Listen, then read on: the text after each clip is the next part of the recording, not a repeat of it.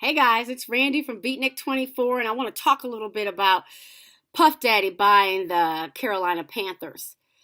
We've joked about it. We've all said, like, will they be serving Ciroc at the stadiums? Which, hey, that wouldn't be a bad idea. Make your money. Would they have, like, the best halftime shows? I think they would, okay? And all that's funny, but real talk. If I didn't learn anything else this year, I learned how important ownership is. And this is something I've said to my friends when we sat around and talked and shared.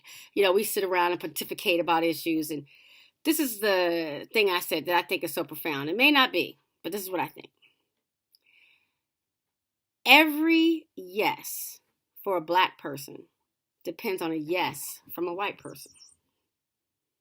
So, for instance, if I want to write a movie, create a movie, the script must be approved by a white person. If I want to start a business, I have to get a bank loan. There's usually a white person somewhere on that line. If Oprah wants to start a TV station, somewhere a white person has to sign off. And what does that mean? If someone owns you and you always need a yes, that means they control every freaking thing you do.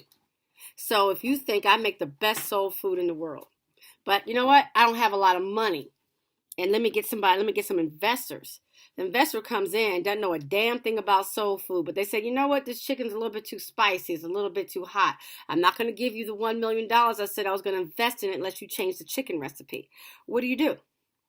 If you write a book about black issues and you have a publishing company, all of which are owned by white people, and they say, you know what, we don't really like the way you're representing white people, you can't write it. If you have an album, okay, you can say you're as hard as you want to be. But if white people decide, you know what, we don't like that album that much, it doesn't reflect the image we want you to give of black people or the image we want you to give of white people, guess what? You don't get a record deal.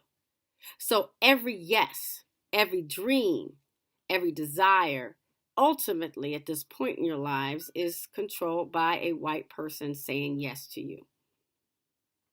That's some deep shit. And that hit me this year. And that's the powerful of ownership. And that's the reason why I didn't participate in the NFL, any games, as much as I wanted to go. Huge fan. My family's from Texas. I love football. But it's the reason why I didn't participate, because I realized that those brothers who are making a nice piece of change, but on average for 2.5 years, don't own anything. They are somebody's and owner's hobby. So they can't make any decisions. What I realize is that you can have all the talent in the world. You could be the best at something. And someone completely can control whether you're able to do that something or not. And that's terrifying. That's scary. Because if you don't even have your voice, if you can't control your talent, that is a form of slavery. So ownership is everything. I don't care if you make $1 million, $2 million, $3 million. If you don't own it, you don't own yourself. So what I wish those brothers had done is maybe taken a year or two off, maybe not made that money for a year. So one day in the long term, we could make some decisions and own ourselves. So I'm all for Puff Daddy starting a team. I'm all for Colin Kaepernick signing on with him. If nothing else, we should be fighting for as a people is to own some things. Most importantly, who we are. Own ourselves. It's Randy from Beatnik24. Hoping that Puff Daddy gets that team. Have a good one.